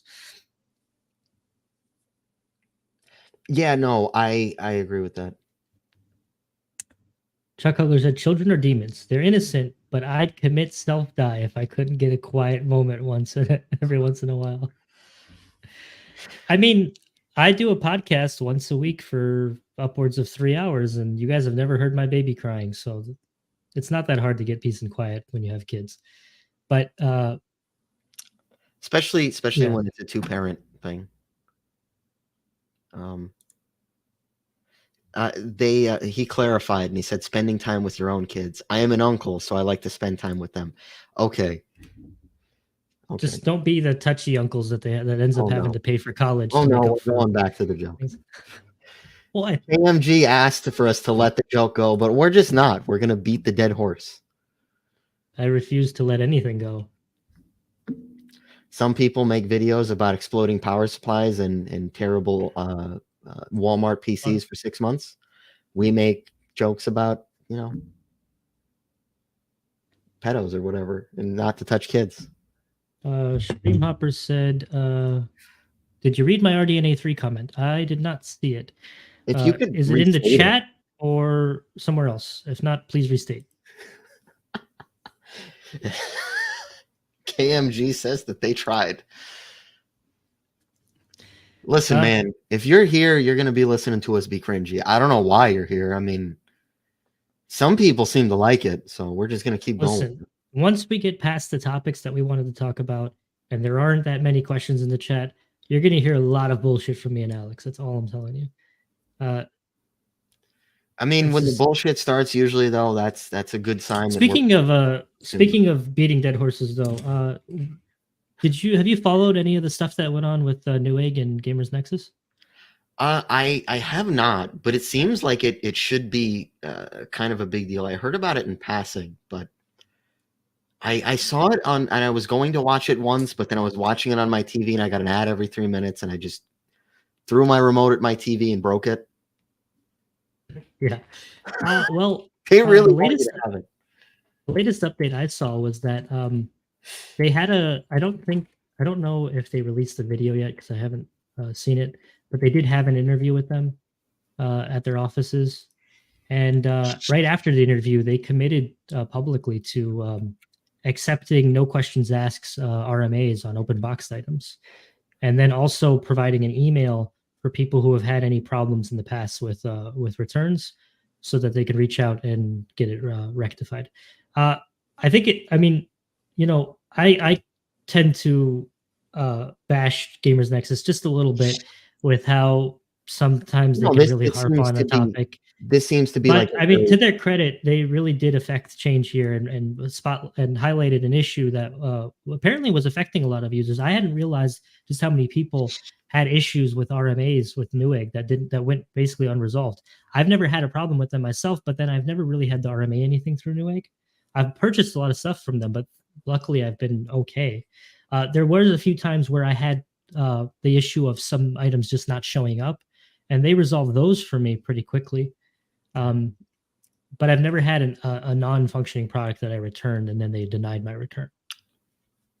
I had at one point I had at one point they denied me a refund on a product that I didn't receive, but I also didn't receive like 2 or 3 products before that because I guess I kept having a neighbor who was stealing the packages because they said UPS delivered it, but you know, they generally have been pretty good to work with. They're a lot easier to work with than Amazon, and I tend to buy from them instead of Amazon when I can. Chuck Huckler said, "Will you be glad when HDMI is finally dead, since HDCP will die with it?" No, HDCP hasn't really affected my life too much. There's ways to strip it out if you really need to.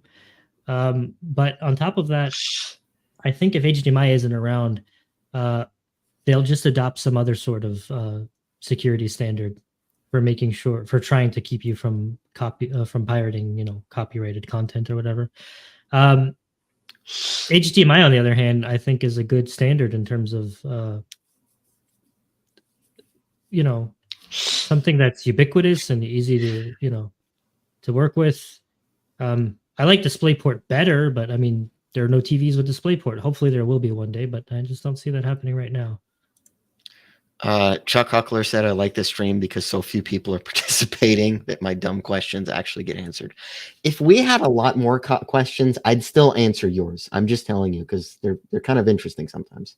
Sometimes they're good questions. Sometimes we just highlight bullshit that you say because it's funny, and that might go away if there was a lot more activity. But I don't know. I mean, I feel like if there's a lot more people, we still and we get a lot of serious questions, we still might highlight some of the bullshit ones because they're funny, and we're corny people. Technically, Ampere. Okay, there we go. That's the one. Techwheeler said, "I fought and won and made Newegg take back my GTX 970. When I found out about the misrepresentation NVIDIA did with 3.5 gig out of 4 gig, I told them I was going to the FCC to report." I mean, honestly, that might be still back when Newegg was under the original management, because a lot of things has changed with Newegg since then, and they were probably still pretty good customer service wise back then. Because today, I can tell you, they probably wouldn't honor that return, because technically it's not their fault. They advertised the product themselves as they were told to. They didn't have any more information any different than you did, and you got a working product. So that would be more of a deal with NVIDIA thing that they would probably give you information I mean, to contact them. Even so, yeah, I don't know if you would have gotten a return from Newegg today by that standard, but I'm glad you did, though. That was pretty cool of them.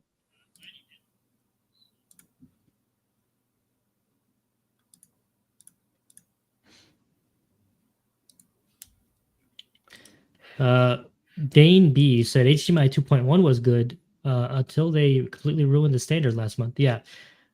Basically what everybody is doing, including USB, Wi-Fi, HDMI, which is not clearly labeling standards and revisions and making them pointless and complicated unnecessarily. It is unfortunate that that's the case, but I don't know what we're going to really do about it. Hopefully there's enough pushback that they try to make things clearer, but I don't see that happening either.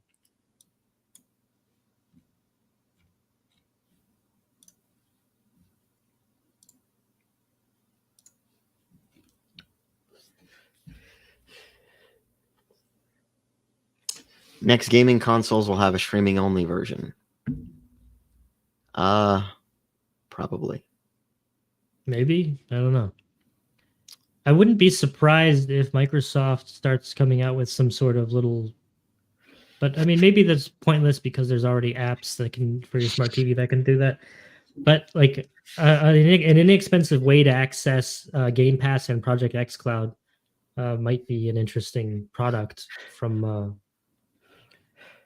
you know, from some standpoint, especially if it's like maybe I have an Xbox Series X in my living room, and then I can have a $99 box, like Xbox Stream box, in my bedroom that I could use xCloud, but I can also just stream games from the main Xbox in the house from as well. So we have a That's question from Twitch again from Furrer, which is, but the HDMI encryption was only secure for about a week and a half. Usually how a lot of security standards work is somebody figures out a way how to break into it before it's actually even public. The call is coming from inside the house. But yeah, I mean, a lot of this stuff is just so that a regular person can't do it. It's not so much to eliminate the people who are really technical and know how to do this sort of stuff. Will they have a 39? Will they have a 5900 3D or 5950 3D? I'm assuming you mean a Ryzen part. I don't think so. they've only, as it stands, they've only announced the 5800X 3D, and they've pretty much clearly stated that it will be the only one in the like the only one. And to be honest with you, because they haven't given us an announcement date, like a release date or price, I wouldn't be surprised if they're just canceling that product and don't want to tell anybody. Like, it seems kind of odd at this point to release it, but I don't know.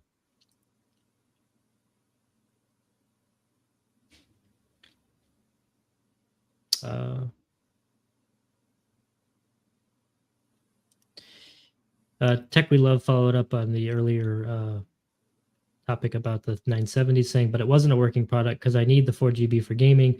They advertised 4 GB, and that last 0.5 GB actually made games stutter, which is a falsely worthless product. Honestly, I never noticed any stutter with my 970, but then I only gamed at 1080p on it. So, like back then, when the 970 was relevant, it wasn't that common to really exceed 4 GB of VRAM most of the time. So I don't know. I mean, I'm not saying that what they didn't what they did wasn't shady. I just still don't know if in like I think Newegg didn't have to give you that RMA, but they did anyway, which is good on them. Affliction of Armada says, if I recall correctly, DisplayPort had its own DRM standard. Also, broadcast encryption is inherently hard because the receiver has to be able to decode it somehow, and receivers can be reverse engineered.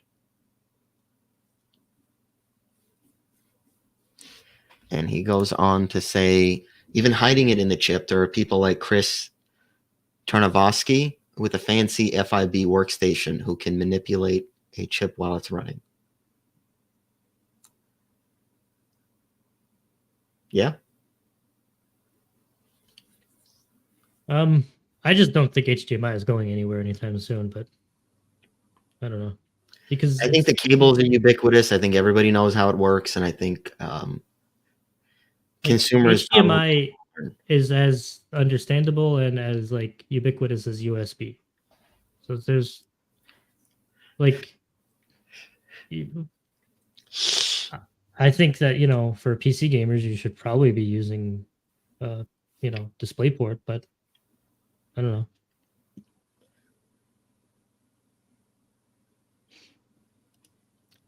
Chuck Huckler, wouldn't it be nice if GDDR modules were, you know, modular and you could upgrade your GPU with more RAM as needed?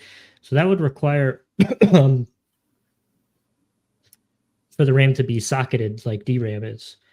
The problem with that is that in making it socketed will inherently introduce more chances of errors, and which would be like fatal to any graphics workload. So you wouldn't want to be running the graphics card that has slotted memory.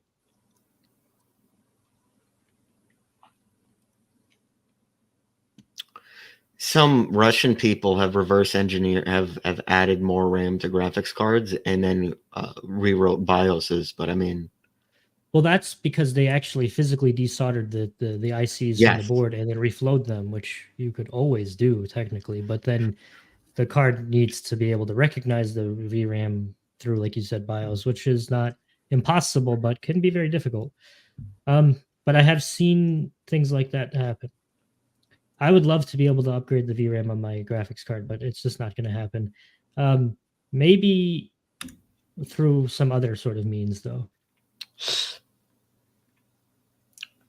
Import Race said that this weekend Micro Center had 35 different models of NVIDIA cards available at the store.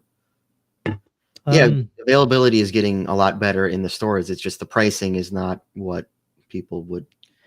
So I definitely see Micro Center gets from all the stores that I track in terms of stock and stuff. They get NVIDIA shipments, graphics card shipments, up like 2 to 3 times a week now. Sometimes it's only 10, 15 cards in a day, but they'll get them. The problem is that a lot of these cards, to be able to reach shelves as fast as they are being airmailed. And so that makes them prohibitively more expensive too. They do get still get larger shipments that are obviously coming off of a ship, but those take longer, and even those are like shipping something on a ship on an actual ship across the ocean is so much more expensive than it was. Import is from my neck of the woods in New Jersey. Yeah, I've definitely, like I said, every Micro Center that I track definitely gets NVIDIA cards. So you can buy one if you go in there, but you're going to be spending about 900 for a 3070/3070 Ti, give or take, and about 600 for a 3060 Ti, and north of 450 for a 3060 if they have them. But yeah, you can buy one. Streamhopper said, I will rephrase my question. Is RDNA 3 going to be competitive with DLSS because you can beat a 6900 XT in 4K with ray trace high settings with a 3060 Ti? With DLSS enabled. Maybe. I mean, I wasn't AMD would question, so you know. AMD would need an actual competitor to DLSS that RDNA 3 supports in some fashion through like some level of hardware support. They haven't talked about anything like that yet. Like there's Radeon Super Resolution, which is a driver level toggle for basically enabling FSR in any game, but FSR isn't really an alternative to DLSS. In some cases, FSR is better in terms of picture quality. In some cases, it's worse. But I don't know. I hope AMD does have an actual answer for DLSS with RDNA 3. But honestly, I don't think it's fair to compare a 3060 Ti using DLSS to a 6900 XT running native. But I mean, to each their own. I guess some people will say, well, it looks the same to me. I can see the difference, especially in motion. But some people won't. This is what I was laughing at. Chuck Huckler says, New Jersey. That explains the aura of sadness I feel emanating from your room. You don't know the half of it, buddy. You don't know the half of it. Honestly, it's actually not that bad here.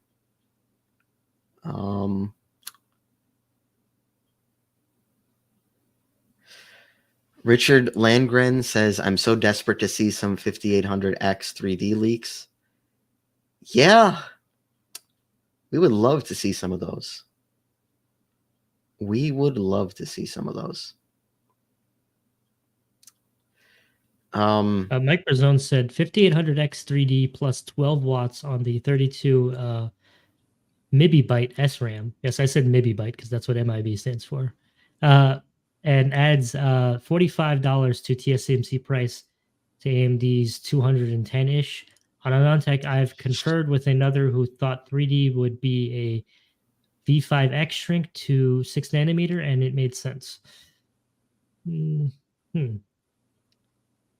don't think they are doing. If you mean Ryzen 5 is going to be shrink to 6 nanometer, I don't think they plan to do that on the desktop.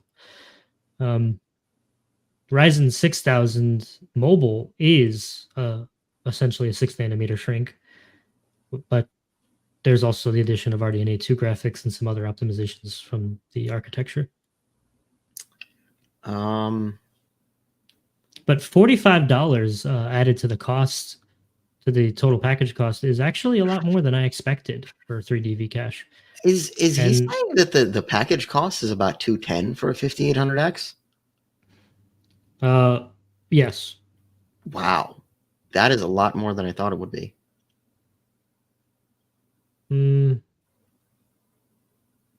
Yeah, I mean, it kind of makes sense, I guess. You got to consider that these that the SoC and the actual CCDs are coming from different places, and so they have to be shipped to one place to be assembled, to be packaged together. And then, yeah. So there's definitely going to be a cost associated with all of that. There is a price ceiling on the Ryzen 7 5800X 3D, unlike the i9 2900K 5.5 gigahertz edition. Yeah, I mean, has anybody seen a 12900K not KS, for under $650 anywhere? Because that's an expensive part. As much as I like Alder Lake and I think it's great, across the board, the 12900K just makes no sense.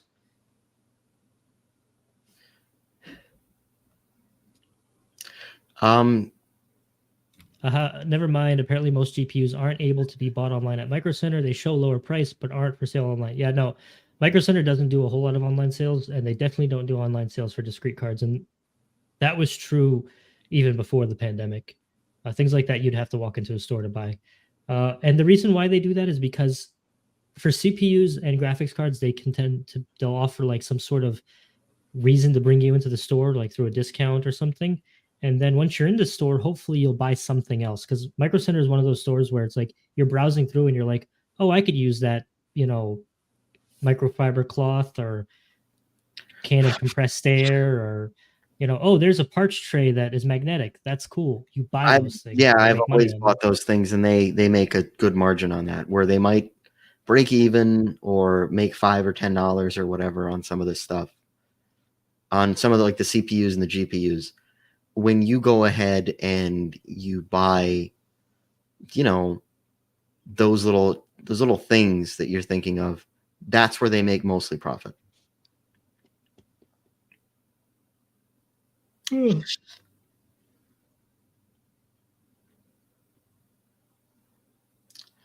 But yeah, I mean, I think we pretty much covered everything here, Donnie. So I don't know about you, if you want to wind down or not. Yeah, I think it's about that time. We're about just over 2 hours into the stream now. It's about that time. Everybody who joined, I want to thank you all for joining. We appreciate the comments, the feedback that you give us, and the questions. If you're still here, please consider supporting us on Patreon at patreon.com/adoredtech. Or you could check out our merch at merch.adored.tech. We really appreciate it. We don't make a whole lot on the merch because obviously we're not manufacturing it ourselves, but it helps regardless. And then please remember to like and subscribe to the channel if you don't subscribe already. I'd imagine most of you that are here right now are subscribers, but for anyone listening, once this goes on as a VOD, please consider doing that. And once again, we do this stream pretty much every Sunday at about 9:00 Eastern time. Yes, if there's a change in the time or day, we will notify ahead of time through a community post on YouTube, or you might see it on Twitter or something as well.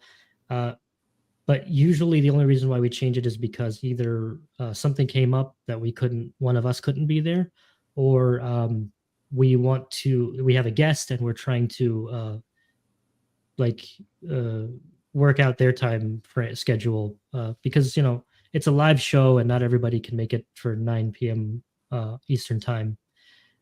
Like for Ian from Anantech, he was on the show a couple of weeks ago and he's in London, so we actually did the show in the afternoon to work with him.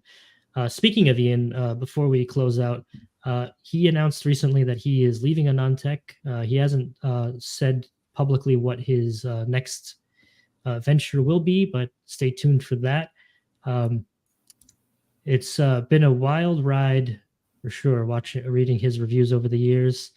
And it's pretty crazy to think that he's no longer going to be writing CPU reviews for Anantech because like he's where I go to read my CPU reviews. I don't really aside from him, I'll look at benchmarks from Hardware Unboxed, but when I want to know about the architecture and the feature sets and like all of the really meat and potatoes of a CPU, I go to Anantech. So I am definitely happy for him, in terms of, doing bigger things. At least I hope they're bigger things. And I hope to see what he's doing in the future. Absolutely. Absolutely. And with that, I just wanted to say good night to everybody. Good night to the stream. Alex, I'm not saying good night to you because you suck. And goodbye, guys. Oh, no.